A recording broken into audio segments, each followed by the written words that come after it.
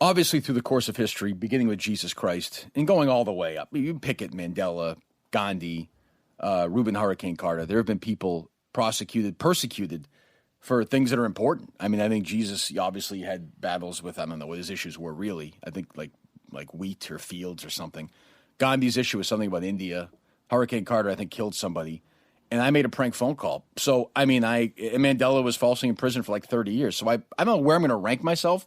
I think above Jesus and below Reuben Hurricane Carter because Denzel Washington played him. And I don't think, that's another question, is who's going to play me in this movie, in the Minihane Curtatone movie? Who plays me? Steve, Blind Mike, who plays Jason Statham? I don't think so. Gosling, obviously, right? That's I think it's going to be, who plays Curtatone? That's got to be like a Robert De Niro? Paul Giamatti type, maybe? That's not a bad one. I could see Giamatti doing it. That's a movie right there. Gosling and Giamatti. You guys figure out the title here at some point. So Persecuted. There you Kirk go. Minihane story. There you go. So, I mean, look, we're going to get into this in a minute. We're going to do our read here in a second. But this is the craziest. Yesterday was, and I've had a bunch of crazy fucking days in my career. I think yesterday, given the fact that I started here, did this podcast, went to #1, and got sued by the mayor of Somerville over a prank phone call by this idiot, has to be, so far, the craziest fucking day yet. And by the way, he's so crazy, and the liberals in the state hate me so much, we're going to go to court. There's like a 30% chance I'm going to go to jail for this. I am totally, everyone yesterday is like, oh, don't worry, this is nothing, it's illegal, they're going to throw it out. We're in Massachusetts. These people are fucking nuts. They don't care about potholes, they don't care about traffic, they care about revenge, and they care about getting their stupid fucking pandering agenda across. And for that, I am willing to go to jail, I am willing to have sex with men, and I am willing to die. And when I have sex with men in jail, guess what I'm going to use to last longer? Any ideas? Any hints? How about this? Roman swipes. That's what I'm going to do. In jail, I'm going to make, whoever the guy's name is, we're going to be, hopefully he's a tender lover, and he's going to want to last longer in bed, I would think, right? So, hell, if he's going to be my prison boyfriend for a year and a half, I want to make him happy. So I'm going to use Roman swipes. They're a clinically proven way to last longer in bed. Effective, easy to use, and fast-acting, but don't require prescription. Roman can ship swipes to you in discreet, unmarked packaging, and each swipes packet is small enough to hide in your wallet for whenever you need it. Swipes are great. They will not transfer to your partner, so you can last longer without worrying. Super easy to use. Just take the swipes out of the packet, swipe it on, let it dry, and you're good to go. That's it. Done. When you go to getroman.com/Kirk, that's getroman.com/Kirk, you get your first month of swipes for just $5. And as I said earlier, the first time we did this, before we completely fucked up and started again, for $5, again, you're donating to my defense fund. You're donating to this show. So even if you don't even know what Roman swipes are and they're great, just do it and then you'll find out they're great. When you choose a monthly plan, you can use the link getroman.com/Kirk. That's getroman.com/KIRK. I'm listening to Kirk Minihane's podcast. Sports and show business. Kirk Minihane, who is apparently a derelict of some kind. That is Kirk Minihane. No one more controversial right now in the sports talk world. That's what I'm talking about. Sport! Kirk Minihane, what kind of thug are you? Yes, well, he is white hot right now. The head. I also want to say something about Kirk Minihane because I like him. Kirk is like a sports genius who everyone hates. No. We'll do it live. Fuck it. Okay, so here it is. Noon yesterday, I had my lunch. After my run, I was on with KFC. I did our show. Then I taped with KFC and Feidelberg yesterday at like 11. I don't think that's up yet, right, Steve? No, I don't think it is. All right. Well, I thought it went pretty well. Although they wanted me to Skype with them. So I went for my run before and I Skyped with them. And I find Blind Mike is here, by the way, as well. Official member of the tweet team, social media director for the show, and also the official court artist and stenographer for the Kirk Minihane Show. Mike, how are you? Good. When I was an intern at Barstool, they didn't explore my artistic side. Well, so we're going to find out today. I have Kate Minahane's art sketchbook here and her work. So you're going to do a drawing of me. You're going to practice because every day you're going to go into court. Because I think this is going to be, how long was the OJ trial? Almost a year, right? Yeah. I feel like this will be a 1.5, 2-year trial. They're going to have to probably the jury. more media coverage, I would say. Far more. It's a much bigger story. I mean, today, who knows? I may have one of my old high school basketball teammates drive me around in my Mercedes for 3 hours around 93. It could happen today. I little police chase. Wind up at Curtatone's house. Yeah. Who knows? I don't know how it's going to end. What was I saying before that? The fuck was I about to talk about? Oh, yeah. So I had my lunch. So I did the podcast with those guys. Thought it went pretty well. Had lunch. And I have to admit, other than sort of occasionally joking about it, I had forgotten really about. We moved past Curtatone. Oh, way moved past. Like I just didn't think he existed. Like I thought, a few drops yesterday, but we were done with it. We were going to leave it there. Yeah, it was done. We had some fun at his expense. He's obviously a fucking moron. So we had some fun with that, and then moved on. I thought, and then I look at my phone, and it's a bunch of texts and all this shit. I'm thinking, what is this? And I see this statement from Somerville Mayor Joe Curtatone. He has filed a civil lawsuit against Barstool Sports and their employee. This is from wicked local Somerville, Kirk Minihane. It's a straightforward complaint, Curtatone wrote in a Facebook post. Minihane recorded himself breaking the law, impersonating a Boston Globe reporter trying to obtain an interview with me, and then Barstool posted the interview on its website. It's a clear violation of Massachusetts general law, which forbids audio recording a person without his or her consent, and you can't obtain that consent through fraudulent means. Now, I'm guessing if you listen to the show, or me, you know what it was, but we'll play some sound. Basically, I called and tried to get an interview. The woman, I don't know her name. I said it was Kirk Minihane from Barstool Sports. They never got back to me. So I said it was Kevin Cullen from the Boston Globe. Kevin Cullen is an enemy of mine who shit all over my old station and me. And then I decided to go look at his stories he had written because I knew they were full of shit. Turns out they were full of shit.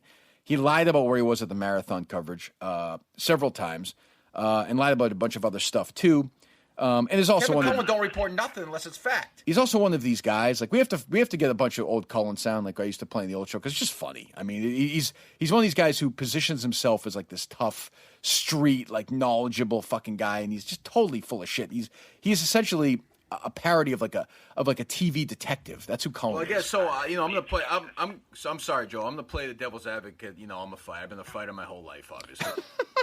Mayor Curtatone couldn't recognize that was fake. It's a good impression. I'm actually impressed with my Boston accent. You slipped in and out of it though throughout the entire interview. That was also part of the thing. I'm like, obviously, this is not really me. Like in color, what? I mean, look, the thing's so fucking ridiculous. Obviously, so we got fooled. I had to get him. Steve was here. I had to get him off the phone. We would have still been talking now.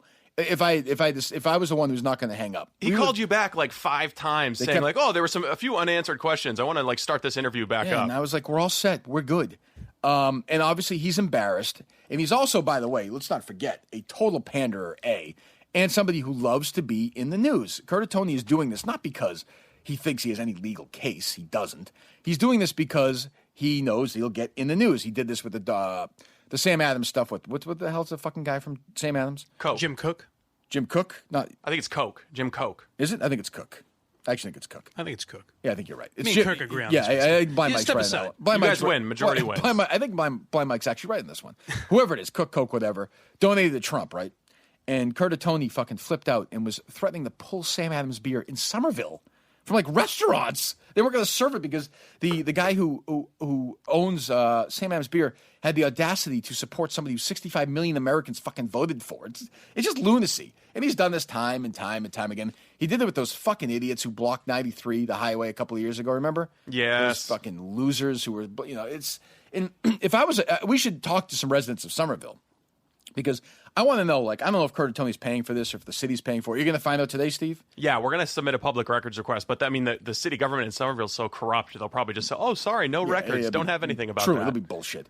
But if I'm a citizen of Somerville or a resident of Somerville, I'm thinking, this is what my mayor is doing? Like, traffic is a fucking disaster. There are potholes all over the place. People dying from heroin left and right. I would say heroin. I would say there are some people in that city who may not legally be in that city. I don't want to. I don't want to get anybody in trouble. Don't go there, man. We're gonna get another lawsuit just based on that. I feel like that may be the case. Maybe you can include that in your countersuit. That's true. Yes, which we'll get to in a second, Mike. Thank you. And he's worried about being pranked by some fucking dummy and his dummy producer. Like I don't even understand it. I can't even intellect. Like you got beat. You look like an idiot. Move on. I don't get it. So, and of course, like what he's doing now is because he's a panderer, is he's saying the money he's going to get from this, he's going to donate to some women's shelter or something. Is that right? Yeah, I think he said that. Well, why don't you just donate something right now, Curtatone? Donate some amount of money to any women's shelter you want. You pick it, and I'll match it. That's very generous of you, considering the persecution you're going through. Well, listen, I care about women, but I'm saying, you want to do $5,000, I'll match it. You want to do $10,000, your money not some slush fund you probably have. Your money, and I will match it. Done. Well, I thought it was kind of interesting that he posts the lawsuit to Scribd online, and he posts it with his Curtatone campaign account. Was that what it was? I Yeah. didn't even understand it. I read through it, and so is this right here? This is it, right? Okay. So I don't even understand like what his real issue is with Barstool. Like, so I could see like I pranked him, whatever. He's mad at me. Why is Barstool involved? Because I work for them? Yes, I think so. Okay. But also some of the complaints he makes against Portnoy, I think it's just part of his feud. Well, I know, yeah, that's what I mean. So he has a list of facts, right, in the thing. Number 19 in his facts is Portnoy launched this attack against Curtatone because his fragile ego could not cope with legitimate criticism. That's one of his facts? That is a fact. And then he gets into this is about 4 or 5 pages, his actual lawsuit. Yeah. Curtatone's thing against me. It's just all ridiculous. Misspells BS. my name a shitload of times. It's strange. And you know his attorney? Yeah, Lenny Keston. He's represented some state troopers who actually were like whistleblowers, some good guys. But I mean, I think he's used to representing public employees. I am wondering how much money he's gotten from the taxpayers. I know Curtatone's stupid. Can he be that stupid? Yeah. I mean, you think so? Absolutely. What I want to know is who around Curtatone is saying, hey... That's what I want to know, like, right. Hey, take this interview with this guy who has texted me and said he's Kevin Cullen. I'm not going to check this number or anything. Just go ahead, do this. And then says, you know what? It'd be a really good idea if you sue this guy. Well, that's me, right. B to me is more interesting. Like, he's a mayor, so I imagine he must have some advisors. I mean, I know, they must say to him, Joe, like, I know you like being on the news. I know you like being whatever, but, like, what is the upside to this? I can tell you the downside on my end. I've seen it. One of the guys who Turtle Boy texted me last night, because one of these guys who blocked me is, I guess, also a lawyer, and he said I could face up to 2.5 years in prison. Wow. For the wiretapping, which so I could go to jail for 2.5 years over this. Was there ever a moment yesterday when you thought, oh shit, like, this is over, I'm one and done, Barstool's going to get rid of me, this is, I had a good run, but I guess I'm just back in the wilderness. No, thank God. I can say, so I always think of where I was before at Entercom with EEI. First of all, if this Curtatone Cullen thing is the kind of idea I would have thought, because it's great on like 50 levels. It makes Cullen look like an idiot. It exposes him for the moron he is. We get to mock him. Curtatone wouldn't talk to me. So my thing is, if you're not going to, if you're going to duck me, I'm going to ask you questions. We ask you tough questions you won't get anywhere else. So it makes him look like an idiot as well for A, ducking me, and then B, he sounds like an idiot when he comes on. If I had pitched this idea, I wouldn't have pitched it. I would have just done it. And then tried to run it on EEI, they would have spiked it immediately. It would have never run, ever, under any circumstances. If by some miracle it had gotten through and run, right away they would have made me apologize. They would have made me apologize to Curtatone. They would have made me apologize to that Herald writer. They would have made me apologize to women's groups. And then if Curtatone had actually sued me, holy fuck, I would have been suspended. They would have, again, done the same thing. There would have been more sensitivity training. There would have been all this bullshit. And we would have, by the way, gained nothing. Like, the people who hated us would have still hated us. But there's no doubt that would have happened. Here, my boss, Erica Nardini, is tweeting out how great it is and has our support. Portnoy has my support like crazy. Although that tweet about me not being a Barstool employee at the time. Yeah, that scared me yesterday. When that came out, I was like, oh, shit. Like, they're cutting waited him loose, on Twitter man. after that. We were like, oh, shit, are they separating themselves? I was concerned for a second. I was like, I haven't got in touch with Barstool PR, can't hear from Kirk, the Portnoy tweet. Let's just, like, calm down a little bit here. I think what Portnoy was doing there when I was texting with him was, I think he was just trying to prove that, like, the facts within there are inaccurate. That's all. Like, I mean, clearly, look, I did it. Barstool promoted it. It's a Barstool Minihane production. We're in this lawsuit together. And by the way, I don't think Portnoy wants to, like, distance himself from a possible Curtatone lawsuit either. Like, I think he wants to be in the middle of this. I mean, there's a chance you're going to have Bendetson, Curtatone, Mike Portnoy, Dave Portnoy, Kirk Minihane, Blind Mike the Sketcher, all in the same room in a lawsuit. Maybe you guys, what do you guys think? Do you think this will actually see? Is it so ridiculous that even the idiots in Massachusetts will throw it out? Or is it possible? Yes or no? Will this be in court? Will it be a jury sitting down, people, the taxpayers spending money on Curtatone v. Barstool Minihane over a prank phone call? Not a fucking chance. Oh, I say. I think the fact that he misspelled his name should get it thrown out, no? Misspelled my name, didn't your name, yeah, yes. sorry. Only 6 times. Yeah. No, this is going to be tossed so quickly. I don't think so. We're going to have a party. I don't think we're going to go in court. I want to go to court. I want to clear my name. I know. I think at this point he's realizing how the gift that he just gave No, Steve, he doesn't. He's really? No! He thinks this is great. I am sure you forget because we're in our world where everyone has our back. I am sure the liberal intelligentsia and the people who hate me are telling him, Joe, this is great. He's going to go to jail. Fuck him. You fought back. Yeah, for the women. Meanwhile, it's the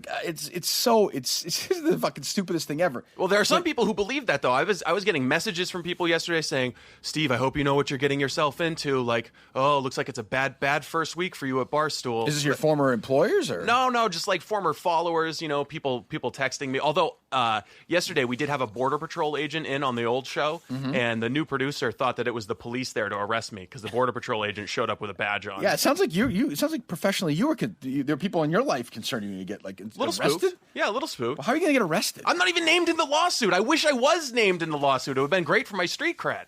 Yeah, so let's play. Do we have any interesting sound at all from this yesterday, or is it just the same old shit? Yeah, we got some sound from yesterday. What do we got here first? So we've got a little bit of WMTW, or WCVB covered this a little bit. Channel 5. Somerville Mayor Joe Curtatone is suing Barstool Sports and a popular radio host. News 75, John Stop. Who is that person? I have no idea. Let's find out who that is. Do we know the local TV news people anymore? Sure, I know Chet Curtis and Natalie Jacobson and Jack Williams and all the people. Of course I do. Bob Lobel, absolutely. John Dennis, I know them all. But this is Boston, local Boston television. It's like the 10 o'clock news or something. I am, first of all, not a popular radio host. I'm the most popular podcast host. And I'm not some fucking radio. Am I spinning records lady? Who am I? Fucking David Allen Boucher? No, I'm Kirk Minihane. And why can't they just say my name? It's a popular Boston radio host. Just say Joseph Curtatone, the mayor of Somerville, is suing Kirk Minihane and Barstool. Like, why do you have to do shit like that? Why can't you just get the first name status, too? Why can't they just say Kirk? I could just, I guess. Start again. Stuff noise. Somerville Mayor Joseph Curtatone is suing Barstool and Sports. Stop. I said, stop. And they take it like, they always have the same voice. Like, this is obviously like a joke. Like, we're going to have fun with it and whatever. But like, it's a total goof and this guy's a moron. She's saying that with the same inflection as if it's September 11th, 2001 at like 10 o'clock in the morning. Like, it's equally hurtful to a lot of people. Well, that's true. I do respect that, but that voice is so, that is you know what that is? That's a wake voice. When you talk to people at a wake and you shake, and you don't really know them that well, but you put on that voice. That's that same voice. Like, yeah, well, hopefully, I'm glad to hear that she didn't suffer. All right, so if you're directing the local TV news, do you even cover this, or how do you? Of course, it's funny. I would have a little bit of fun with it. Like, I would say, like, can't they? I know these brain dead TV people are incapable. You hear when they try and do small talk, like they're incapable. I always think of the what was that? The San Francisco news anchor who read the list of the pilots from the. Oh yeah, that's awful. We can actually play that sound. At EI, they can't play that sound anymore. We can play that, right? Good, excellent. All right, go ahead. Let me hear it. Somerville Mayor Joseph Curtatone is suing Barstool Sports and a popular radio host. News 75's John Atwater just spoke to the mayor. He joins us live right now with what prompted this lawsuit, John. Hold on, real quick. Stop. That's Ed Harding. I know him. He's been doing TV forever. And the way it works now, the way it's always worked in TV news, which I love, is like first, like the lady or the guy goes first, and they sort of talk in this serious voice. And they hand it to their co-anchor. For some reason, like that woman can't do that whole thing by herself. The co-host has to jump in and like give us the facts. He's like, we talked to him really quick. That's good. Joseph, like they have another third person who is now on the scene, right?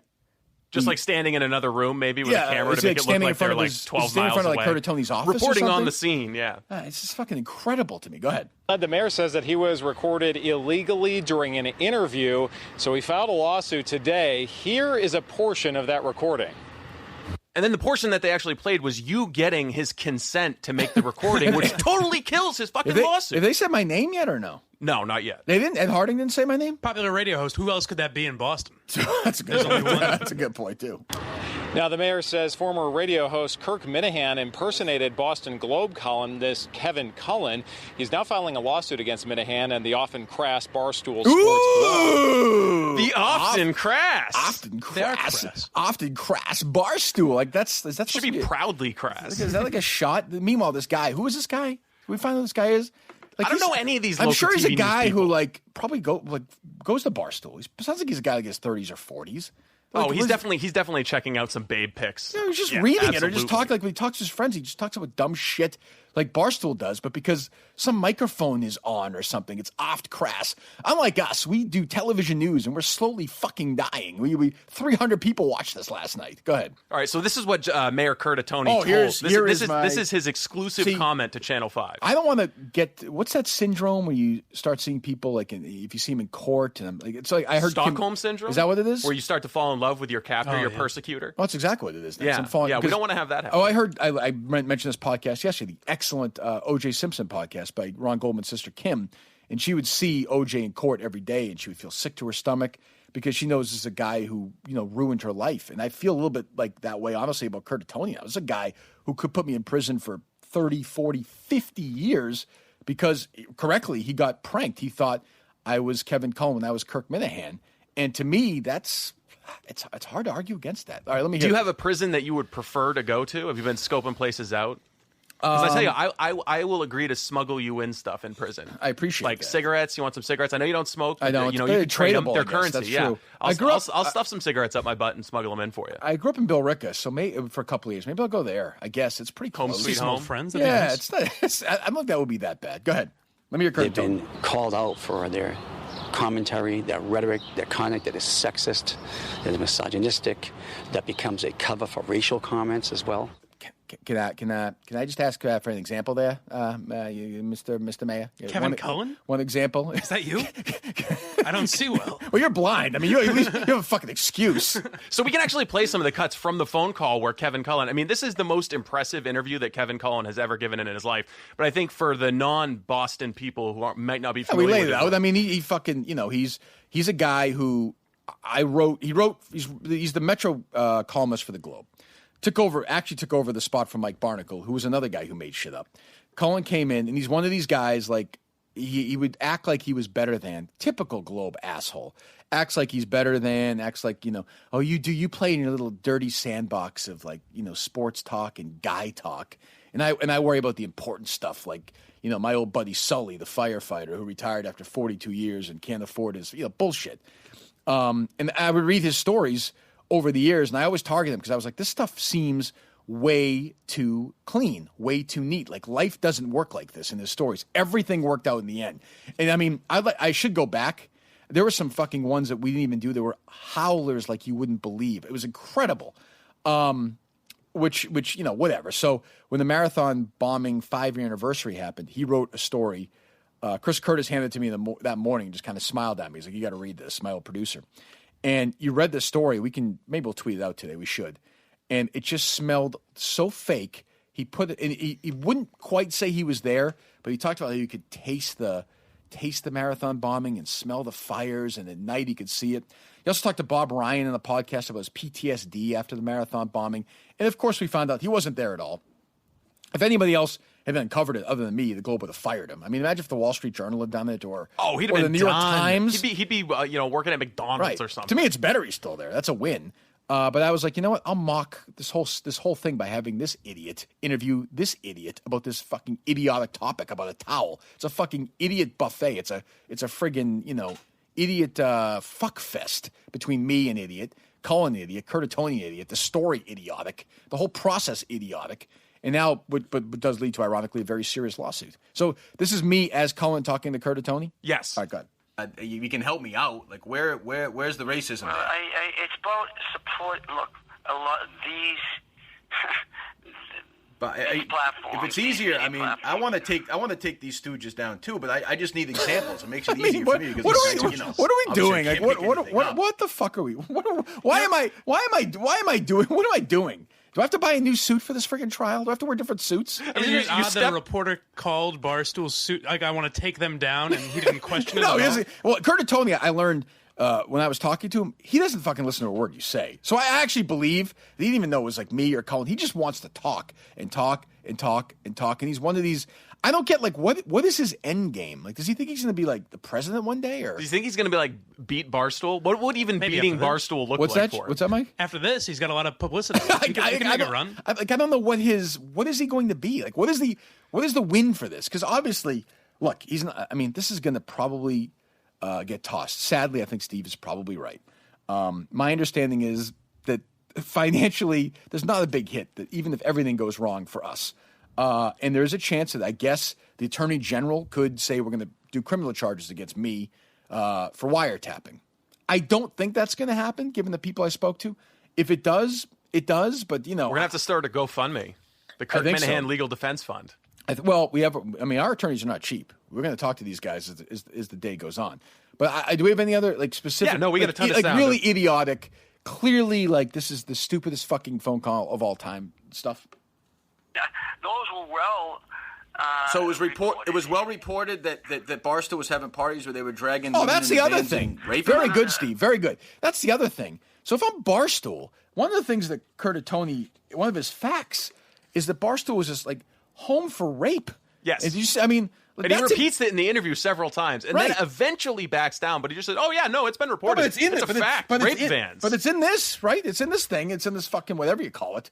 In this complaint, this plaintiff complaint, and jury demand is talking about this supposed rape van that Barstool had. Where outside of BU? Is that what it was?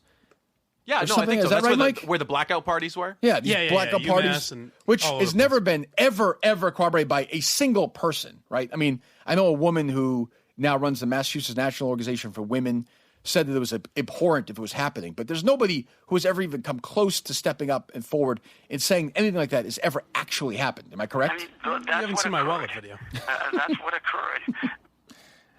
And again, same and the Curtatone throws out all these vicious things, the worst things in the world, this idiot Somerville mayor, that Barstool is misogynist, that they're racist, that they're sexist, that they're a rape, this and this, with no proof. So he doesn't want to answer any of these questions, actually. He just wants to grandstand. So when somebody takes a right or a left, a little detour, and asks him these questions, he offers no answers, has no proof. So, of course, he's embarrassed. So what's his next move?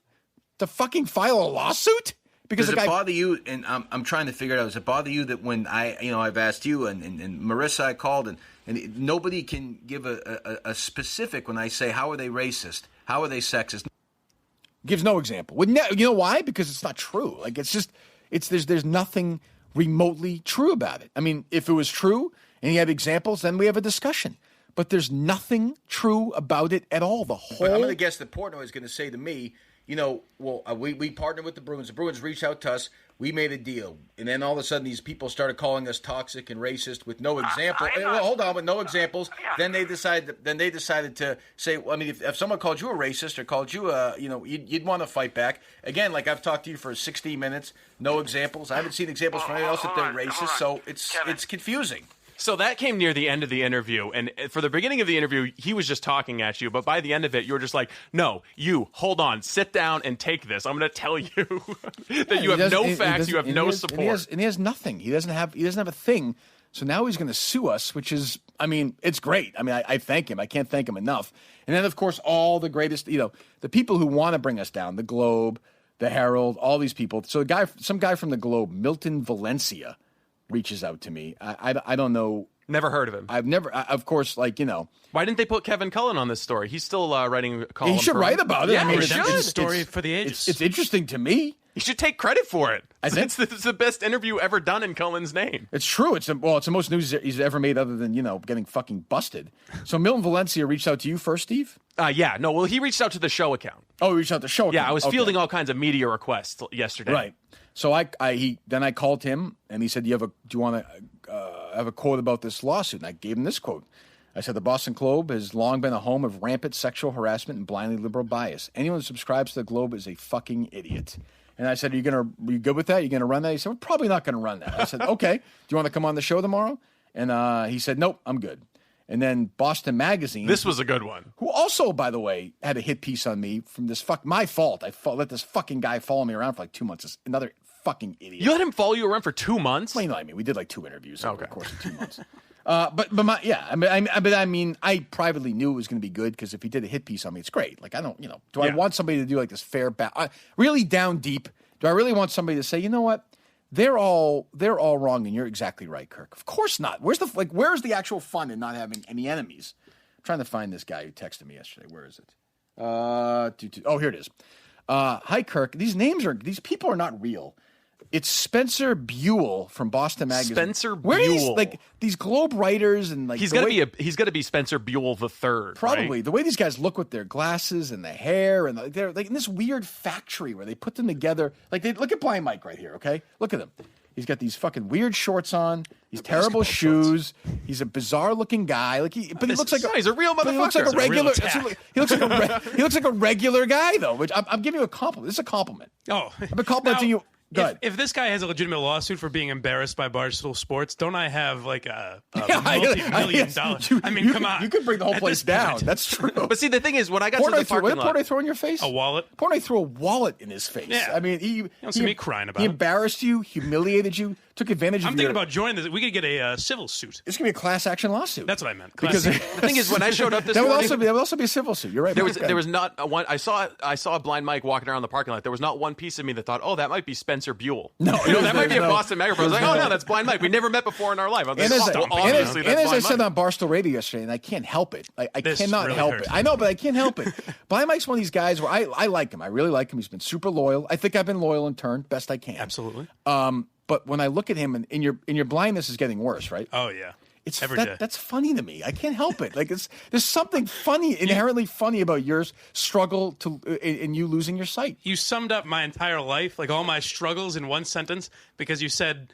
With the way he talks, when he says that to you, you just want to laugh at him. Yeah, it's and true. that's been everyone thinks like this is a fake voice, but I just talk like this all the time, and I sound odd and you do, yeah, unsympathetic. What I'm surprised is that Mike. Oh wait, let me do the because I'm gonna forget the boss. Okay. I always forget shit. So hi Kirk, it's Spencer Buell from Boston Magazine. Care to comment on the lawsuit from Curtatone? Sure, happy to. My comment is I hate Boston Magazine. Do you think you broke the wiretapping law? Also, why is Curtatone saying he never received any request from you for an interview?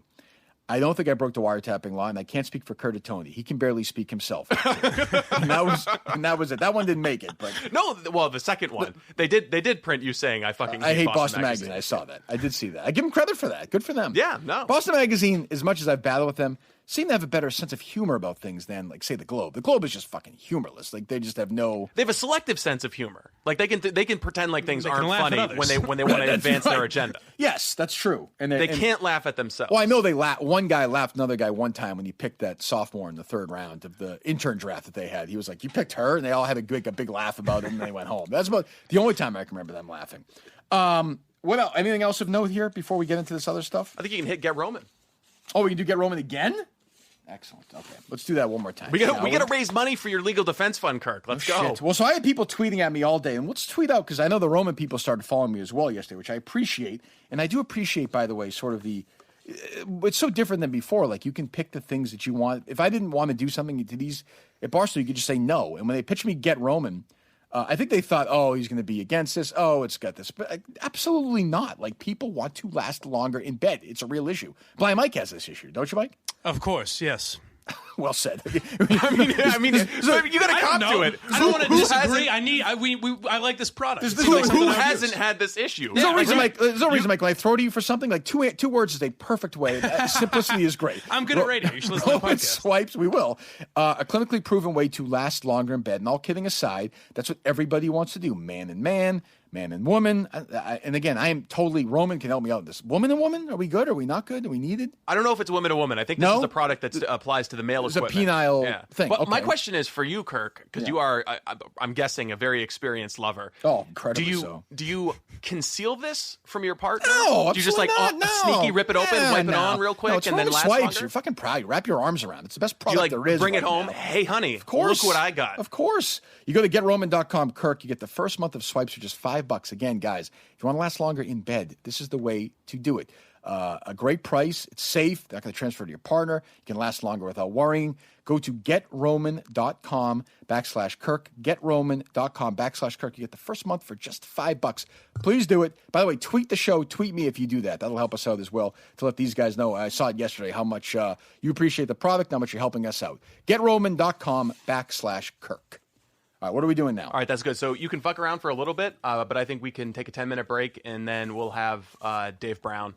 And we got to set up a different recording system. So we're going to break until Brown now. We're going to fuck around and do Brown. Yeah, it's up to you. If you we've been on for about 40 minutes. All right, let's do like 35, 40. Let's get Mike set up here on the air to do the sketch stuff, and then we'll do Brown. Okay. All right. We're good. Okay. So I was not sure. So we reached out to Blind Mike yesterday, right? You did?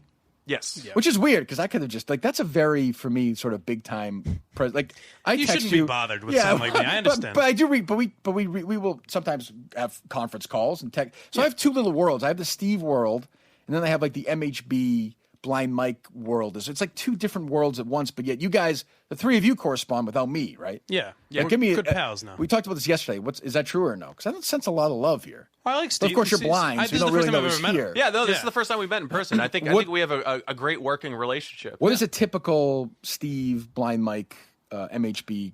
Well, usually me and Steve and MHB will talk about stuff pertinent to the show, and then DEC is included for whatever reason. DEC, and we'll go on a tirade about 30 pages long that I just check out. So DEC, I want to be part of the world as well. There's a podcast called The Minihane Show. There's also, is that part of the Blind Mike pod world? Yes. Blindsidepods. Blindside Pods, I apologize. Blindsidepods.com. Blind Mike and MHB have their own podcast as well. What's that called? Trash Talk. Trash Talk. Download that. Subscribe to it. Listen to that in the Minifan podcast. Can't recommend it enough. But DEC is the co-host of the Minifan show. Yeah. And I think he's on the outside of this world right now, but he's welcome to be part of it. I'm not really sure what his issue is. I think last night he was having some serious issues. He almost cut his wrist. He was so depressed. Yeah, I don't know if interviewed Ellie Schnitt, who they really want you to go after. Did I hear about this? Yeah. Oh, my goodness. I guess they were depressed. I guess this was Did you hear any of it or no? It was an emotional roller coaster. It was a disaster, right? They wouldn't release it. They're scrapping it. Yeah. So, but if it's that bad, you have to release it. That's not even. They need to give us the audio. Yes. What they need to do. Right. Yes. Can you make Mike? You're first of all. I can talk to him. No, not that you can't talk to him. That's your fucking property. I'll make them. I'll order them. That is under the Blindside Pod. That audio. Correct? So it's yours. You own it. All right. They're turning it over unless they deleted it already. So in which case who was more? It seems like MHB. So we're going to have MHB on the show, be part of this world as well. He's a lunatic. I would think that he would appreciate truly shitty. This feels more like they seemed embarrassed. Here's what I think happened, is that they had Ellie Schnitt on and kissed her ass, which I predicted they would. That's what I think happened. I can't guarantee it. That would be embarrassing. I have to say, I am, by the way, do we have that sound? I'm not proud of a lot of my jokes in life because most of them aren't great. Do we have that audio of me talking about Nelson Mandela with Carabas yesterday on the... that was a good line. That was actually a good line. Play that. We'll get to it in a second. But we'll maybe think of it as a Casey Smith, who I like a lot, is on that show. You mentioned the Ellie Schnitt thing. These guys had Casey Smith on last week, and it was like Casey Smith was like Taylor Swift, and they were it was Kate Minihane and her best friend meeting her for the first time. Like it was, they were both messaging me like, Casey was unbelievable on the show. She was fucking hilarious. She was doing all kinds of crazy shit. She's fucking incredible. It's unbelievable. We love her. And I listened to it, and she was fun. She's great. No, Casey's great. I like Casey. She's got a great attitude. She's not afraid of anything. She's a total ball breaker. She's going to be a huge star. She's great. But like they loved her. I'm sure it has nothing to do with the fact that she's hot and bold. No, but how would you say their interviewing style of Casey Smith was? I mean, fellatio-y? Softball, I guess people like fawning. MHB, who claims to be this, big dick, crazy mate. I mean, like, it was unbelievable. Yeah. And you're right. That's a great call, Mike, because I think on the heels of that one, which was good, they did a good job. I bet you Ellie Schnitt was on, and they didn't. They were embarrassed. I predicted it on. I told MHB you're going to go soft on her, and they said, no way. I've been in this trap a million times where you think, okay, this girl. The facts are, and it may not be fair, but you're going to treat Ellie Schnitt differently than you're going to treat a 24-year-old guy who's on. Blind Mike. Is that the same with you? Yes, same with everybody. There's no interviewer in the world who is going to. Of course, what are you going to scream and yell at some? It's just you're just not going to do it. It's just it's also you're just raised not to do that. DC's like a 45-year-old guy. I'm like, it's not that weird that you can't relate to a 22-year-old girl. Like, yeah, I mean, I'll admit I don't understand half the shit that she tweets about. Like, I don't, but I'm not supposed to. Do I. Like, I'm actually it's not supposed to. Like, she's and they're like, oh, she's going to become this new character where you're going to make fun of her all the time. Like, well, maybe, but I don't. I also feel it's kind of like when what's that big song now? Billy Ray Cyrus is singing. Oh, yeah. Old Town Road. So Kate loves it, and her friends, and they all sing. And I hate it, but I kind of like the idea that I'm supposed to hate it. Yeah. Like my dad hated Van Halen, and my dad's dad hated friggin', the Beatles, and his dad probably hated whatever swing music was playing. The Dave Clark 5. That's how it's supposed to go. Anyway, long way of saying Blind Mike is here. And he's here not for the great humor he's brought to the show so far. I've been great, right? You're getting better. But he is here because he is blind. And when we go to court, which Steve Robinson, how much you want to bet? $100? Yeah, I'll bet you $100 that you never go to court. Okay. I'm ever in my life? Well, no, not with Curtatone. Okay, Curtatone, hell no. It's worth $100 just to win them. We're probably going to have another lawsuit before the end of the month? The week, I think. I think we're going because this is Massachusetts. I can't believe, Steve, you know better than anybody.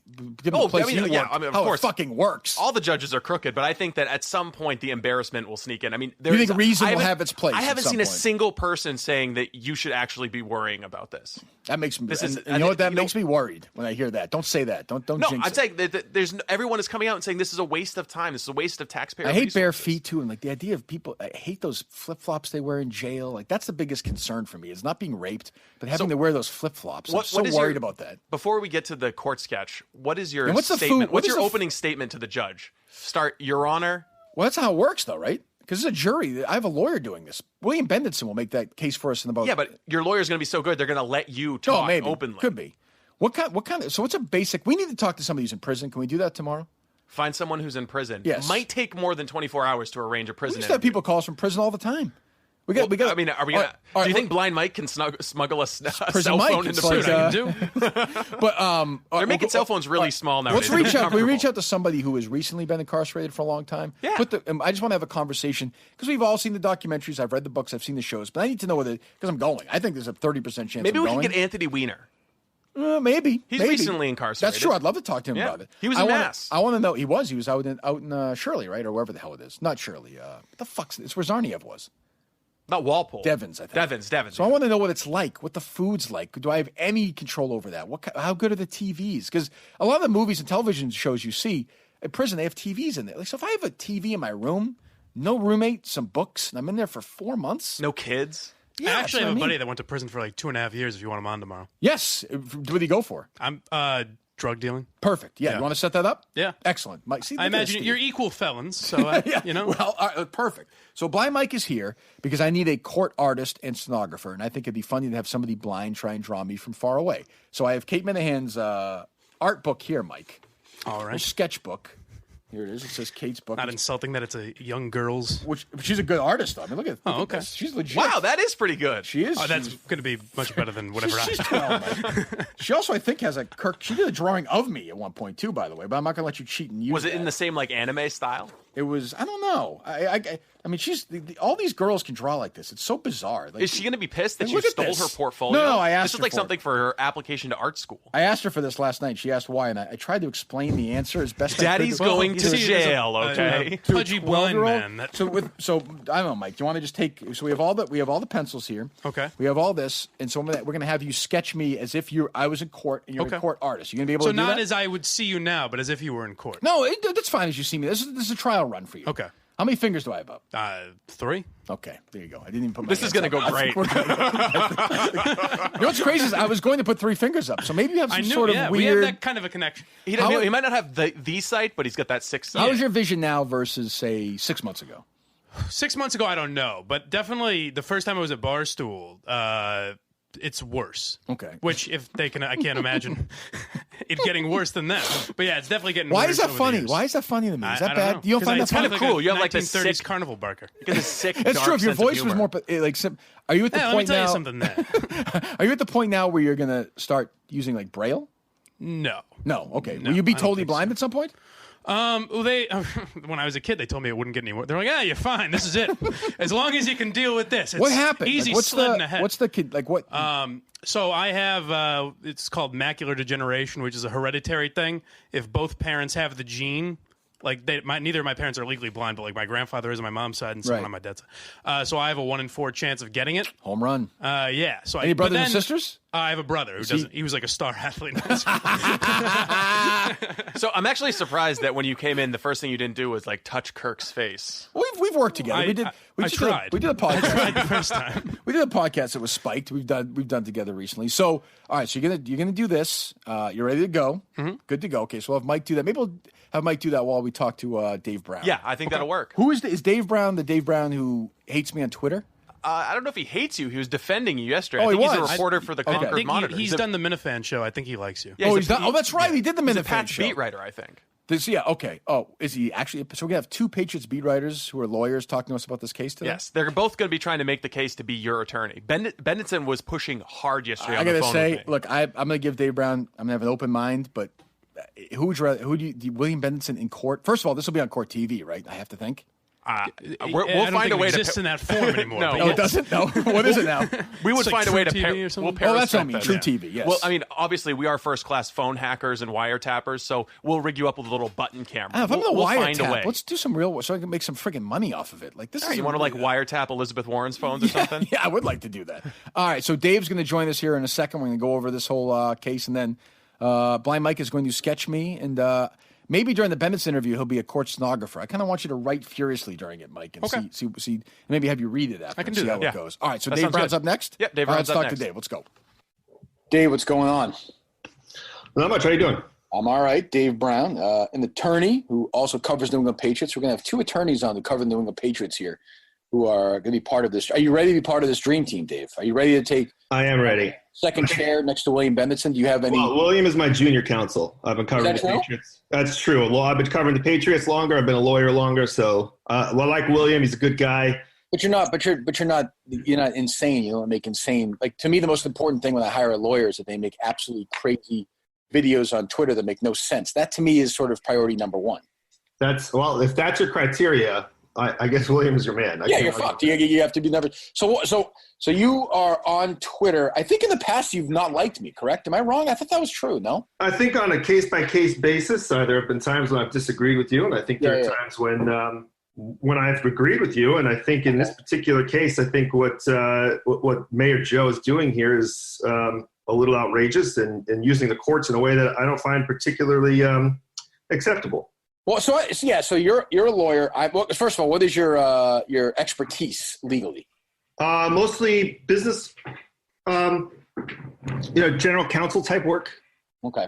For businesses, but I've been involved in litigation too, and it didn't take much time to look at this lawsuit. All right, Dave. Dave, hold on 1 second. Yeah. Blind Mike is. While I'm talking to you, I have a blind man who's my Blind Mike auditioned to be my official court artist for the trial. And I think he's cheating. Are you looking at another piece of paper? Are you looking at a drawing of me before? I need scrap paper. No. First draft. You're in court. You have one draft. Keep drawing. Jesus Christ. God. So anyway, Dave, what? Tell me why I don't. I think I'm going to jail for this because the state of Massachusetts is so corrupt. They're so fucked. They're so crazy that the craziest thing for me would be to go to jail. So I think it's going to happen. Am I going to go to jail?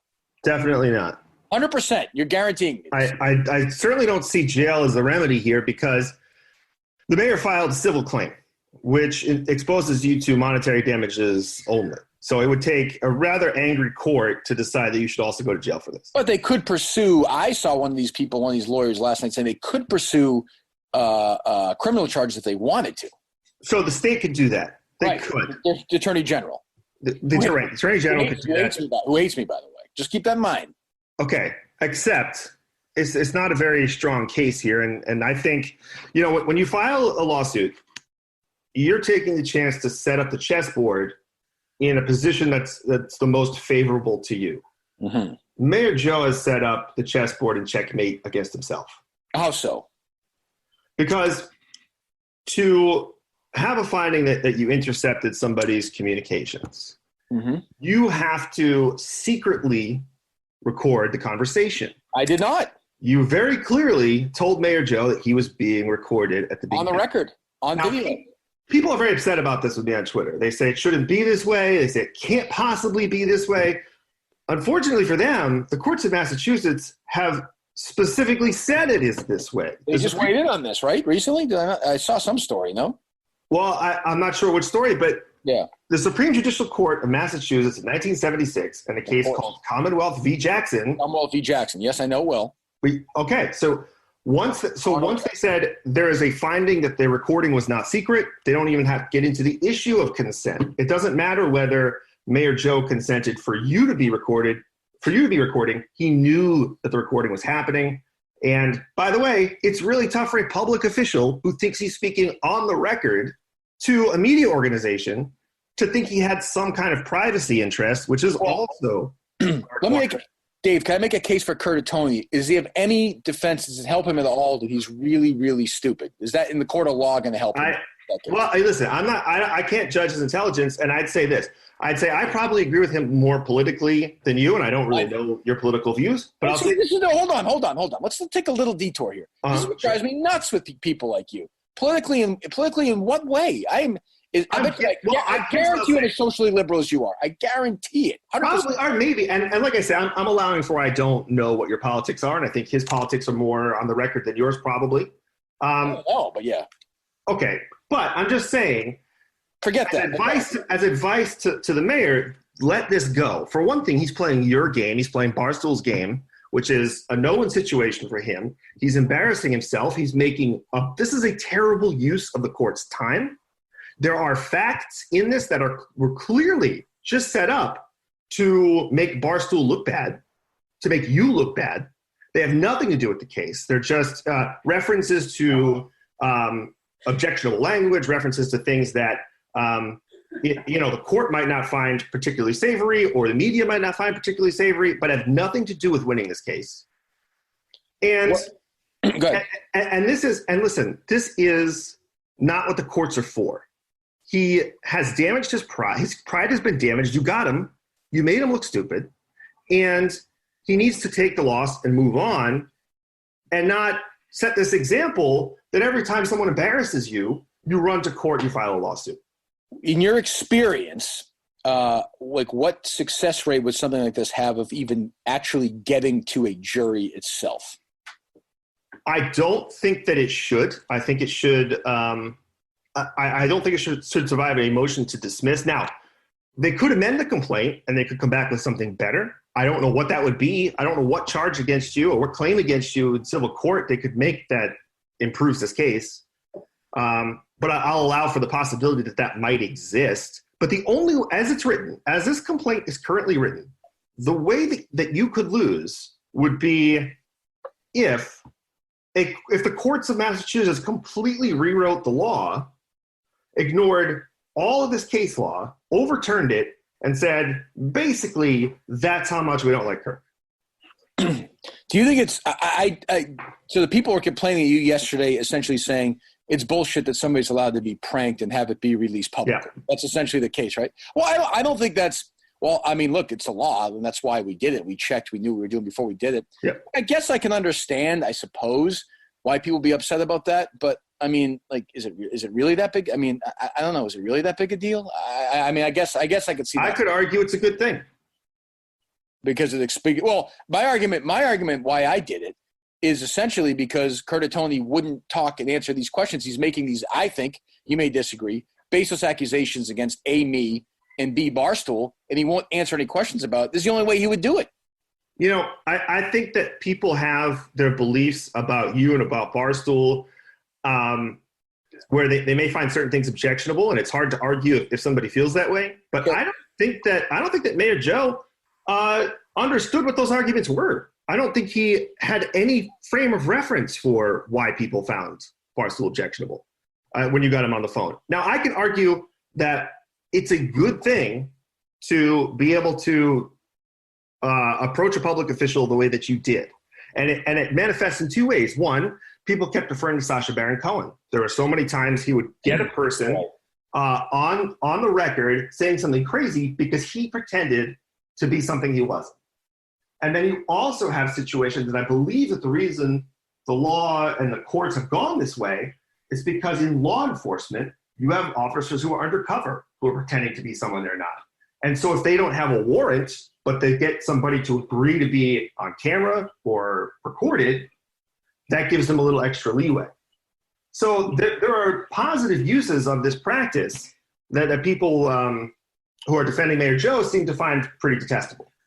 See, it's disappointing to me. I think this is one of the rare times you're talking to somebody who actually wants us to go to court, and you're making sense, and it's sort of disappointing to me. But you have to have faith in the lunacy of the Massachusetts court system and public officials that it still may wind up happening, and I do believe that. Well, you know what? But and this is what's upsetting is you just called it lunacy, and this is what I do for a living, and now it's another reason to not take a process and a societal norm seriously. And that's what the mayor has done here, is he's turned this into a joke. Well, yeah, but yes, but I mean, you understand he's doing that because it makes news. Like he's not doing it for any, like he doesn't feel really wronged, or he's a little embarrassed, but he knows if he does this and he goes after me and goes after Dave and goes after Barstool, his name's going to get in the news. And by the way, it's not like this is the first time he's done this. He has a pretty consistent pattern of doing this. It's an absolute travesty. And the first thing he did was post it on Twitter. That's the reason we're having this conversation, is because he put that terrible, it's a slapdash lawsuit full of irrelevant facts. It spells your name wrong. It has one claim. And when you're trying to win a lawsuit, you're trying to stack up as many claims as possible. So you're going to put in some time. I mean, when was your call? Just a couple of weeks ago? June 6th, I think it was. June 6th. It was, like a week and a half ago. They should have taken a good month, thought this through, put together something a little more, stacked the deck a little bit more if they wanted to win. And that's clearly, it was about getting that thing posted on Twitter. And then I saw the headlines, and all it was about was, your fraudulent act. This lawsuit is a fraudulent act. Well, that's the thing. That's what pisses me off. So, I mean, not really, but I mean, like, so it's all about like me in wiretapping and all this. And nobody in the media, not everybody on Twitter, people, but nobody in the real media writing about it, covering it, is saying, wait a minute, the mayor of Somerville, who has a job, who has a city, constituents, some real issues, is taking time out of his fucking job, using his lawyer, for all we know, using city funds. Well, we don't know that. We don't know. For this frivolous, completely insane lawsuit. And nobody's writing that anywhere, to me, is baffling. And if you understand the law and you look at that complaint, it is not winnable. He shouldn't be doing this. So I'm not going to jail. I don't think so. Not for this. All right, you're hired. You're part of the dream team. All right, I appreciate it. You're gonna report to Bendetson 3 times a day, 6 a.m., noon, 6 p.m. We might have to discuss terms and conditions here. All right, we'll talk to you, Dave. Thanks. All right, thanks a lot, Kirk. All right, so wrapped up with Brown. He's going to be our second guy that Bendetson we're going to talk to here in a minute. But that's all second nature, because second whatever, fiddle, whatever, the second something. The most important part of my team legally, I think, is my court artist, honestly, is my stenographer and sketch artist. And Blind Mike has done the drawing. Steve, you got a better look at it than I did. You were laughing during the Brown interview. I haven't really got a great look at it. Would you say it's a realistic depiction? Nothing to laugh about. It wasn't like a laugh of mockery. What I was actually thinking about is I was at the Guggenheim art exhibit a few weeks ago, and I was like, oh my God, that art pales in comparison to what Blind Mike has just created. This is like, we're going to frame this. We could sell this and pay for our legal defense. See, yeah, we are going to put this on eBay. We are going to put this on eBay. We are going to auction this off. That bottom picture. Let me see. That bottom picture is unbelievable. That's my favorite one by far. You look like a cancer patient. I don't even know what. That looks like Beetle Bailey or something. What is the? Bring me in the mind of the artist. I know you guys are going to mock this, but I think my kindergarten teacher, Miss Wingert, would have given this a check plus. And I realized very quickly that I think my lack of depth perception has hindered my ability to draw. What's amazing is, like, you are, I think, a fan of my work. You've been supportive, and yet you don't even know what I look like. I know what you look like. You look exactly like this. You look like this man right here. I mean, the glasses. I nailed the glasses. You did nail the glasses. Yeah. Honestly, it's better than I would do. I'm a terrible artist, but that is an interesting depiction, I would say. I think the most humiliating thing was Steve setting me up while there was the guy from Red 13 Studios that I don't know, What's doesn't his know name, me. Steve? That's Sean. Sean. I always think it's John. That he was here as I was being set up with a notepad and colored pencils. I don't think he knows you're blind, though. So I don't think he knows you're blind. No, you introduced me as Blind Mike, and he laughed, which, again, very easy to laugh at. So I leave. So obviously, like, when he comes in, there's anything going. I leave. Like, I want no part. I hate small talk. What is the small talk like with you? I can't even imagine you three are even talking, right? No, there wasn't life, love, politics. I was trying to get our next guest on the phone. Yeah, the Bendetson on Zoom video conferencing. I'm a little concerned that Bendetson doesn't know how to work a phone, and he's going to be my lead attorney in this trial. But so I called him, and he picks up, and it's like the phone's in his pocket, and I just hear he's like banging through a hallway or something, and then he's in an elevator, and I'm just like, "Hello, William." Hello. I was getting on the phone with him before you're walking up to the computer, whatever it is, for the Zoom thing. And all I heard was, and I said to him, I think you're traveling through time. It was like these weird, like, like weird things. And then he goes, "No, there is no noise, Kirk. There's no noise. I'm not traveling through time. That's ridiculous. That wouldn't happen." So when I talked with him last night, he was very direct. Yeah, he was very direct. Concerned. Yes, he's a lawyer. He's wondering. It's been what 3-4 weeks since he put out that video on Twitter and said that he's available for just $100,000 to do a podcast. Well, he talked to me behind the scenes on direct message too, and I said, "I'm going to let you back into the world." And he's like, "Okay, does that mean I'm going to be on the show every day?" I said, "No, William, it doesn't mean that. Does Portnoy have any interest in hiring me?" "No, William, I don't think that's the case. What a leap. Once in a while, I'm going to bring you on to sort of make fun of you, but I also like you. That's like I like Mike, but we kind of make fun of him. Yeah. I make fun of Steve a little bit because of his odd. He's got a very odd. I don't know if you listened yesterday to the podcast, Mike, but Steve's parents are divorced. Yes. They've each Oh, got I love remarried, that. and all four of them like fuck each other. Like there's this weird. It's a very strange dynamic. Weird swap. That's kind of like not actually what happened yesterday As far, on the podcast. as, far but as, I you, like as it. far as you know, I mean, you know, Especially to have raised a young conservative boy like him. You know what I mean? As far as we know. Yeah. But Steve, of course, uncovered which I like. I like when people work for me who break stories. He broke the story to his mom or to his dad that his mom was having an affair, right? Yes. Are there now parody accounts with your? There have been parody accounts created. That's inevitable.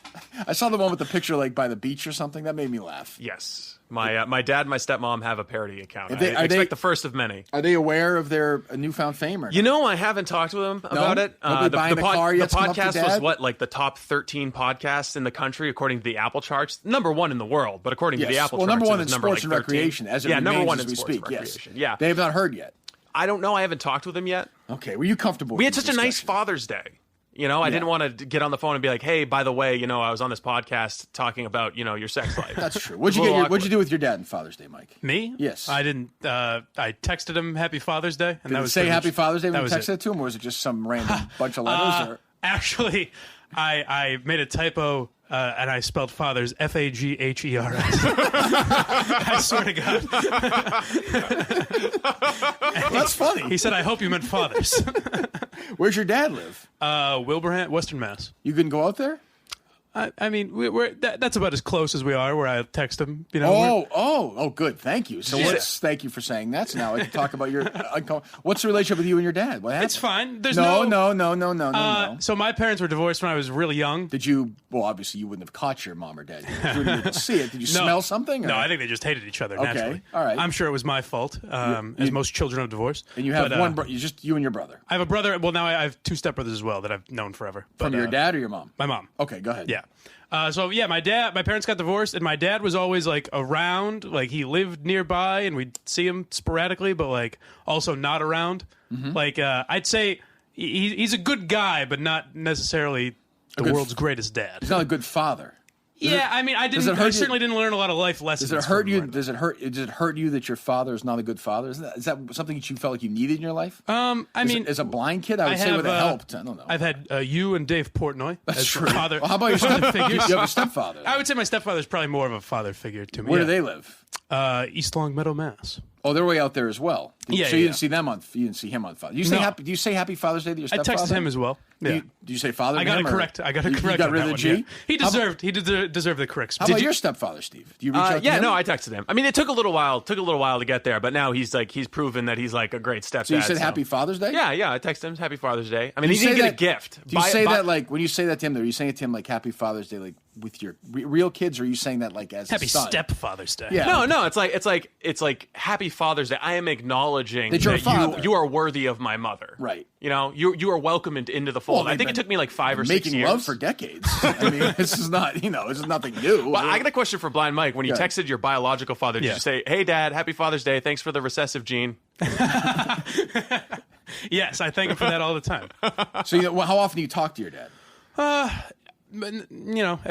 Once a month. It's uncomfortable. Maybe? If it's uncomfortable, No, I really don't want to continue the conversation. Oh, that's bullshit. If it's uncomfortable, you really want to continue. I really don't want to put you in that weird spot. I'll hear from him honestly, like when Barstool does. He's like, "Hey, did you see Portnoy going after Curtatone?" Yeah, that's pretty much. How often are you in this? See each other in the same room, or have dinner, or hang out? Boy, I probably haven't seen him in. Maybe Christmas. Oh, that's kind of sad. No, does that make you feel Not bad really. sometimes? No, my mom is sad. My mom's more sad about it than I. She's like, "Why don't you see your dad?" I'm like, "I don't know." I don't think either of us really care at this point. How about your brother? My brother lives out there, so he probably sees him a little more often. Okay, yeah, that's interesting. I don't. So this is This is a home for divorced kids, basically. Yeah. The Kirk Wayward Minihane show. boys. Yes. Okay, fine. So, I mean, we're going to put Mike's talking about the drawing doesn't do it justice. We're going to plenty of pictures. I think tweet we need it out. I want that. This justifies its own I parody want account. that to be the show avatar. Done. Please, for a I think while. we need to put it up on eBay and see if we can get more money No for shit. that than Erica Someone will buy Nardini this. is going to get for her internship.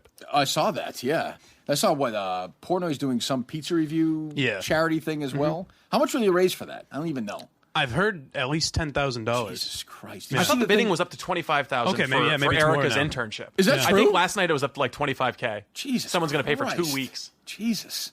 Well, I gotta say, That's you what know, I paid for my time. you paid $25K to get a wallet thrown at you. You don't need your Black actual ping eyes pong. for those, right? You can see before that. I gotta say one more time, like honestly, Portnoy and Nardini have been fucking incredible. The last, it's. I mean, like I'm so used to people you kissing ass. I'm really not. I'm so used to defense that when people are on offense around me, I don't really. I'm still having a hard time articulating and understanding it because I really did think a little bit of me thought yesterday when this dumb thing broke, like, oh shit. Here we go. Here's the test. But they just laughed. They were like, this is so absurd. And by the way, they're like, it's great. It's great, great, great, which it is. But, a year and a half, 2 years ago, this would have been nightmare for me like you wouldn't fucking believe. Mike, I mean. It's amazing the difference. Oh, well, I said to you earlier, I think the first thing that would have happened is me and MHB would have been thrown off the Twitter account because it would be too dangerous to have us. Yeah, that would have never, ever, ever, ever happened. Yeah. Ever. That would have never happened. But it also would have been 6 months of don't say anything, email. The amount of emails you would have gotten yesterday is unbelievable. Lawyers and don't bring this up and don't bring that up and sensitivity. And I do What want is sensitivity training like? I want to tell, and today's not the day but I want to tell the full sensitivity training story, soup to nuts, beginning to end, because it was the most friggin' ridiculous. This thing's running, right? I see some plugging in an active. I don't know. It was the most ridiculous day of my life. It was fucking insulting. It was insulting to me, to Jerry, to Glenn Ordway, to all the people in my old station. I mean, Dale Arnold obviously is a pussy. He could have hosted the sensitivity training, honestly. I don't even know why he was there. But it was the dumbest, most ridiculous, stemming from a stupid throwaway impression that Christian Fourier did that was not offensive to anybody at all. I hate to say that, it's, because I don't think anybody who knows him or listened to it thought that he was doing maliciously. Was it stupid? Sure. When I called Aaron Andrews a bitch, was it stupid? Yes, people do stupid things. But the idea we had to run around and do fucking backflips for the Boston Globe is madness. What do you give me the watch for? What are we doing? You want to do the watch read? Yeah, we got to talk about our movement timepieces, Kurt. Good. Excellent. So, go ahead. You can go. So I almost got the Astro Blue. That was the first one I looked at when I went to the MVMT site, by the way. MVMT, as you cover, with tons of quality, clean, all-around, good-looking watches. Like I said, Astro Blue almost for me, but the Slate Black Rose was mine. I have it. It's unbelievable. I talked about this yesterday. For years and years and years and years and years, I didn't wear watches. And we got this email from, was it Steve who sent it to us? Yes. I thought, Jesus Christ, I don't want to do a watch thing, but I'm going to go along with it. I'm just starting here. I don't want to be an asshole. Sent it to me, and I wear it, and it's actually like I actually like wearing a watch, which a sentence I thought I would never say. Who says I'm not open-minded because of the MVMT watch people? First of all, the prices are great. They start just $95. You're guaranteed to find something you love, and it's not going to break your bank. It's also not going to break. You're going to wear it forever. You pick a style or design that you personally like and would wear and chat about it. If you need more details, please let us know. That's MVMT telling us what to do. So yes, it is. I don't listen to these people. So I go on my own. I went. So I got the rose gold. The MVMT people, don't tell me what to say. I'm going to say it. I like these watches. If you're a Minifan, you're going to buy these watches. You're going to wear them, and you're going to tweet pictures of me wearing this watch, and I will tweet back to you a picture of me wearing my watch. It's very simple. MVMT.com/Kirk. You get 15% off today with free shipping. Free returns going to mvmt.com/Kirk. By the way, Steve Robinson, my producer, has one of these watches. Yes, I got the nice rose gold with a little brown strap. No, I saw it. I didn't look at. So I looked at our email. I hadn't clicked on it yet, and you actually got a more expensive one than I did. Oh, did I? You went bigger than the Star, which is a bold producer move. Which that is a bold move. But I have to say, I got to say, I actually like that watch. That's a good choice. My whole theory was you want to pick something that matches. The watch is an accessory with the rest of your clothes. So you want to. I mean, like the black and red. That's it's tough to really coordinate that. But I wanted to go just generic enough so I can throw it on with whatever I'm wearing. But I think that the watch is kind of like a sign of maturity. If you're wearing a watch, you know that you're responsible enough to care for an a adult. nice That's true. timepiece. By the time they grow up. And by the way, the sunglasses there are nice as well. I'm going to go today to mvmt.com. and buy /Kirk. I'm going to get 15% off. I'm going to buy one of these sunglasses. I'm going to tell you about it tomorrow. I am going to, out of my own money, break my own bank, buy another pair of these sunglasses. You can get the Odyssey collection, a whole bunch of them. Go to mvmt.com/Kirk. mvmt.com/Kirk. Save 15% right now on the best watches there are at the best price. MVMT. All right, people who follow me on social media know that I had a falling out with William Bendetson. It was 100% his fault. He apologized. He got on his hands and knees and begged for forgiveness. So benevolent as I am, forgiveness he shall receive, and is now about to become, honestly, William, first of all, state your name, please, and if you have a tagline or trademark line, you're free to say that as well. William Bendetson, best Patriots coverage in the business. Thank you very much. And now you are the new Johnny Cochran, Robert Shapiro leader of a dream team. Yes. Well, that's high praise. You know, you have to live up to that, Kirk. Are you ready to defend my honor, my word, my life? I mean, I don't know if the death penalty is in play yet. We can talk about that later. Are you ready to defend my honor in a court of law against Joseph Curtatone and his attorneys? Yeah, like I said, I was very interested in representing you, you know, even though we had a quote-unquote falling out, I really respect you, Kirk. And so, of course, yes. Okay. We don't have to get – I know it seems to you told my people that you don't want to dive too much into the legalese at this point, correct? Yes. Well, the legalese is I read the complaint, and like I said, I think, look, I mean, it shows you're a popular guy, Kirk, and that's the bottom line. That you, if somebody's going to take the time to sue you, they wouldn't take the time if you weren't a popular guy. So you should take it as a merit of praise. What is the William Bendetson Patriot? Do you call yourself William Bendetson Patriots in court, or are you just William Bendetson in court? Just William Bendetson. But, after you said it on your last podcast, William Bendetson Patriots, there's a lot of people that thought I should legally change my name to William Bendetson Patriots. Are you considering? I have to give you credit for creativity because, Bendetson would also make for a good middle name. Now, that's a great middle name. My middle name is Novick, which is my mother's maiden name. So my mother might be upset with me, but I could also be William Novick Bendetson Patriots. That's a lot. No, that would be William N. Bendetson Patriots. Yeah. Yes. Are you? What is the William Bendetson Patriots court style? What is he? Aggressive, laid back? Is it case by case? Walk me through the William Bendetson Patriots legal sort of strategy. Once you enter that court, your arena, your battle, your playground, the gladiator himself. What goes on? Well, I try to be tough. You got to be a tough advocate for your client because the other side doesn't give you anything.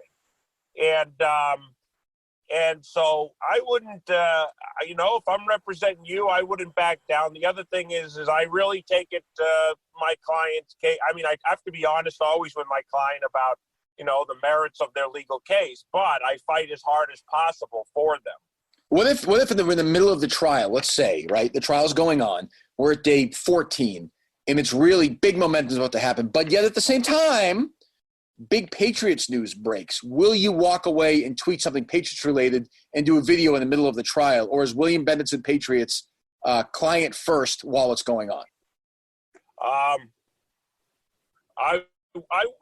Yeah, why not? Belichick retires. Belichick retires in the middle of right in the middle of something. No, Kirk, not in the courtroom. I mean, but hey, at night, what's a better way to unwind after trial than do the best Patriots coverage in the business? And just before we get to the other stuff, can you tell the listeners of, by the way, William, the #1 podcast in the world, how you can get that best Patriots coverage in the business? www.bestpatscoverage.com. I think there's 3 W's on the www, not 2. Yeah, 3 W's. Yeah, there you go. Yeah. World Wide Web. www. Kirk, what? you're getting so big, it might be changed to WWK, Worldwide Kirk. This is the kind of lore I want. This is the kind of lore I want here. And why, William? Go ahead. Do all the promotion first, and we'll get to the other stuff. Go ahead. Say that again, Kirk. Do all the promotion you want first, then we'll get to the other stuff. Go ahead. You deserve to promote your you work hard. Go ahead. www.bestpatscoverage.com. Okay, and that is what for a lifetime subscription is yeah. How much? The yearly subscription is $12.95, and the lifetime subscription is $49.95. We talked about this last time. If you're 95, 96 years old, you're better going year by year. But if you're my age, you might as well get the lifetime subscription. Yeah, well, even if you're 95, 96, I mean, what's an extra $35? I mean, who cares, you know? Did you feel bad? So you did the podcast with me. I think you would admit that you got feedback and social media love like you have never gotten in your life. Listen, the love was great. I mean, I got a lot of positive feedback after the Bill Burr podcast, but this was even more, you know? People loved me and Bill Burr, but there was something about you, Kirk. I got a lot of positive publicity. And then you stabbed me, Mark, and you stabbed me in the fucking back. And then Mark James is a friend of mine. I don't know if you like Mark James. I don't think you do. He's fine. But he says, can you come on EEI for an hour? And, you know, it was a nice, relaxing Sunday. I'm saying, I'm going to go on EEI. I wasn't even. And then all of a sudden, my friend Kirk, he just he was so angry with me. You went to the enemy. You went to the place that it must have crossed your brain at some point. Hey, Kirk may not like this. It did cross my mind, but I thought, you know what? It's weekend radio. It's Mark James. He's a friend. You know, I think Kirk won't, you know, mind. I'm not signing a permanent contract to be on WEEI, you know, but it did cross my mind. I will admit I thought about it. And, you know, hurt me. It hurt. It hurt. People around me were like, oh, Kirk was hard. I said, Kirk was harsh on you. And I said, you know what? I still appreciate Kirk. I still enjoyed being on with the podcast. I'm a believer in looking at the positive in everybody, you know. All's well that ends well. What people close to you said I was being harsh? Yeah. No, who was saying that? My brothers. What were your brothers' names? Michael and Daniel. Michael and Daniel Bendetson. Okay. What is going on in the personal life right now of William Bendetson? The personal life could be better, you know, try to be on the dating scene. Yeah, what's new? Anything new with that? And but no, I haven't landed a permanent mate yet. No? What's the are we only girls? Are we looking guys and girls? Or what are we doing? No, just girls right now. But right you now? Are you open to the right so you're saying the right fella is a possibility?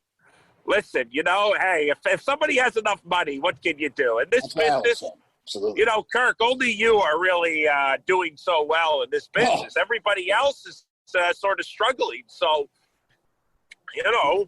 I asked another Patriots beat writer and lawyer who's going to be your second, Dave Brown. He's going to work for you as part of the Dream Team. Will this case go to trial? He said 1,000% no shot in hell. What do you think?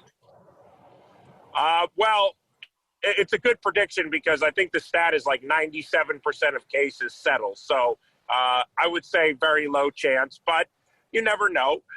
It depends on, you know, how much they want, how much, you know, in the end, after going through the process for a while, you want and it to settle. So, you know, I never say never, but I agree with Dave Brown that the odds are low. Well, for me, just for my own enjoyment, when we're in court, and the lawyers introduce themselves, will you say William Bendetson, best Patriots coverage in the business? Can you do that? Probably not in court because the judge might get mad at me, but... So what? Fuck him. I am giving you my proxy to lie. As I'm paying you, I would like you to do that, to kick the trial off. Yeah, well, maybe. Yeah, I could say this is an opening statement. This is William Bendetson. You're right. Remember me, best Patriots coverage in the business. But, you know, it'd be funny if we were arguing after the trial or we're arguing at deposition. I could say, you know, hey, if you really don't like me, make sure to tune in to best Patriots coverage in the business. You'll like me more. Yeah, Riot. Yes, I look forward to that. All right. William, we're going to talk to you here down the line. You're going to be part of this world. I have let you back in. Do not stab me in the back again. No, and it's Kirk. It's good to be back in this world. All right. Thank you very much, William Bendetson. And you are William Bendetson what? Just William Patriots. That's how you find me on Twitter. And again, www.bestpatscoverage.com, bestpatscoverage.com, all one word. The website's doing well, even since your appearance. We've got more subscribers. You know, people are reading up and, what can you say? You know, there's 15 outlets that cover the team. We try to do it in a unique way with videos and podcasts and articles and everything else. So, all right. We'll talk to you soon. Perfect. Thanks, Kirk. See you, William. I mean, William Bendetson is just he's a force of nature. I don't know what I mean. The idea that somebody would ever put their life on the line and not hire that man as their lawyer is fucking crazy. I mean, this guy is going to go into court for me, and I know he has said it, and Dave Brown and everyone else legally. I know how Massachusetts works, Blind Mike. William Bendetson is going to be in court with me, and you're going to be drawing me. And by the way, you're going to get a chance to draw William Bendetson. That's Think exciting. about that. This is William Bendetson, best Patriots coverage in the business. That's like because you have drawn in my outside the private time Cheesecake many Factory times. here in William Burlington. Bendetson is a new subject. That is like DiCaprio drawing Kate Winslet, the Titanic. I want Bendetson naked with just the Hope Diamond. What? I want him his balls, his dick hanging out. I want you to draw him. Is that okay? Yeah. Have you done nudes yet or no? Genitals might be tough, as you can see by my attempt to draw hands. Look, I want a Genitals picture might of be him rough. using a Roman swipe. Applying a Roman swipe. You can do that. I can do that. With an That'd be great MVMT watch on. We can hit everybody in one fell lose two swoop. sponsors in one day. Do you think MVMT makes a watch that just dispenses Roman swipes? Maybe. That could be the next I'd like product. an MVMT watch you press and it talks like Bendetson. I want a Bendetson doll where it has like It's this. 6 o'clock, Kirk. Your alarm is going off. It is time to wake and start your day. I would be into that. Before we wrap things up, Blind Mike, first of all, our court artist, thank you for joining us. We'll have you back here very soon, I'm sure. Okay. How did I do today? Anyway, so you did fine. You seemed a little nervous at first. I warmed up. Yeah. I know I'm not the most outgoing person. I never know. I don't know if I'm talking too much or not enough. I don't know. You did fine. You did fine. You want me to tell you did a great job? That'd be nice. I told you my dad doesn't tell me enough. The drawing saved you completely. Thank you. You've made a permanent impact with that drawing.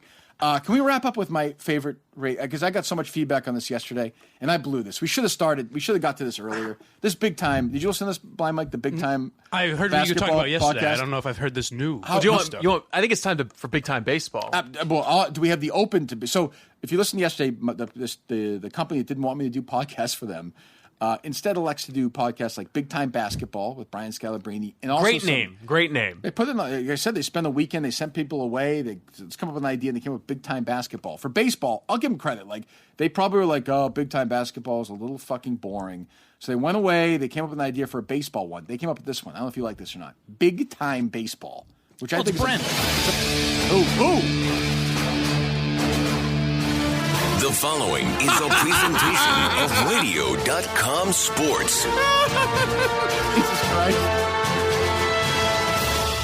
Radio.com Sports presents Big Time Baseball Stop real quick, Players Steve, Edition. Stop it real quick. I'm going to take, you've already heard it, right? Yes. I have not. You've not heard this, right? No. Let's take bets. How much of the open is left? Like how much time? No. I'm asking Steve. How much of the open is actually left before they start talking, would you say? 40 seconds. Oh, before. Yeah. We still got a little bit so of I open ask to blow. you, yes or no? Let's make a couple of side bets. Will there be a crack of the bat hitting the ball somewhere in this pro? Yeah. That's a lock, right? And I'm going to say there might be sort of an umpire yelling like, you're out. Oh, I like that. Is there going to be a call in the pass like, and that's a home run? What else are we going to get? Boy. We're not going to get center field by John Fogerty. I thought that was a chance. I don't think we're going to get that. You might get what someone yelled at Adam Jones and will that be in there? Are we going to get batter up like when the show starts? Yes, absolutely. Okay. All right, let me keep playing it. Ball, get out of here in a hurry. Taking you inside the clubhouse for the biggest stories across the game with former major leaguers. Yes! There we go. Yes! Fly ball down the line. Did I get both? Yes! I got a home run call and a crack in the Featuring back. ex-outfielder turned Radio.com sports insider and San Diego Padres analyst Tony Gwynn Jr. They're not going to be pushed around at any point, regardless of what their record is. And former catcher turned Radio.com sports insider and Harvey Philadelphia Phillies analyst Ben Davis. It's very alarming. I had them right about 500. It's all on Radio.com Sports Big Time Baseball Players Edition. What's his name? That's all. Just a 1 minute introduction there for big time baseball of all time. So I'm always curious about them. So it's some middle producer somewhere in the middle of America who puts that together, right? Like it has to be. And they think, all right, this is our big time baseball production with Tony Gwynn Jr. and is it Ben Penis? Yes. They call it is. It's a family name. It's a tough last name. And they do this show and it's like, let's put the crack of the bat in, check. Home run call, check. Bull Durham quote, check. That's the level of creativity that I had to get. So when you say, put it this way, those guys, they don't have to worry about getting sued. They don't have to worry about losing their Twitter account. There's going to be no battles for them with management. right? I think we're I don't safe. know. Wait until you hear how hot this analysis is. We get a little bit of. We've got a little bit of big time Tony baseball. Gwynn Jr. content. By the way, unless he's playing clips of his dad, Tony Gwynn Jr. sounds a lot like Tony Gwynn Sr. Did you hear that? I don't remember what Tony Gwynn sounds like. Radio.com Sports presents Big Time Baseball Players Edition. Alongside Ben Davis, I'm Tony Gwynn Jr. Ben and I go back to when he was a teammate with my father. Ben, I used to call him Captain America, one of the most physical specimens you'll ever run into. Even now, even now at his age, he still looks fantastic for himself. But each week we'll dig into the top stories. Little homoerotic. Baseball. It's okay. The biggest The chemistry headlines is from our obviously perspective as from major leaguers. It's like, we'll also have a variety of baseball voices on the podcast. Oh, good. Tampa Bay Rays second baseman Brandon Lau will join us later. That's Big exciting. Time Baseball Players Edition is a part of Radio.com. Holy fuck. I said yesterday, what human being is going to listen to that? I would listen to the Open all day if they just did an hour-long Open like that. I love shit like that. Steve told me he booked Brandon Lau for tomorrow. Brandon Lau would be excellent. So you don't want him? Tampa Bay's second baseman. Is that all we have from Big Time Baseball today, Steve? All right, we're back tomorrow. I mean, I imagine this Curtatone story, I think, will continue to unfold and find new things about it. Here's day 3 goes on. Make sure to go to @KirkMinShow on Twitter. Is that the same thing on Twitter? Same on Instagram. Yep. Twitter and Instagram. Blind Mike, you got a podcast coming up today or what? What do you do? Tomorrow. We'll do a live Listen Up Dummies or whatever we're calling When's it. that? On the Kirk Min Show account. That's tomorrow afternoon. Okay, and then you do your own show? do Trash Talk as well, yeah. Okay, and I know the Minute fans have a podcast as well. Make sure to listen to that. I just retweeted, I'm on with KFC and Feidelberg today as well. So after you listen to me or before, whatever, make sure to give those guys a subscription and a listen as well at Kirk Min Show. Make sure to, if you're not subscribing to us already, make sure to do that in the podcast. Leave it with, I don't care if you leave. Why does it matter if you leave a 5-star review? Because some of them are fun to read. At some point, we're I like going to the go through. We're going to curate all the reviews and we'll read them for a little segment. Good, we'll do that. Mike, excellent job, by the way, as both an artist and a performer. Thank you very much. Steve, I will talk to you tomorrow. We'll be right back doing this again. Hopefully, prediction. Will there be a big news story involving this Curtatone thing before we're on tomorrow? I think that there will be. I think so, too. I think it's within our power to make it happen, actually. I think we may do that. We may do that. All right, we'll see you tomorrow. This was pretty reprehensible. I don't know how it can be anybody's idea of humor.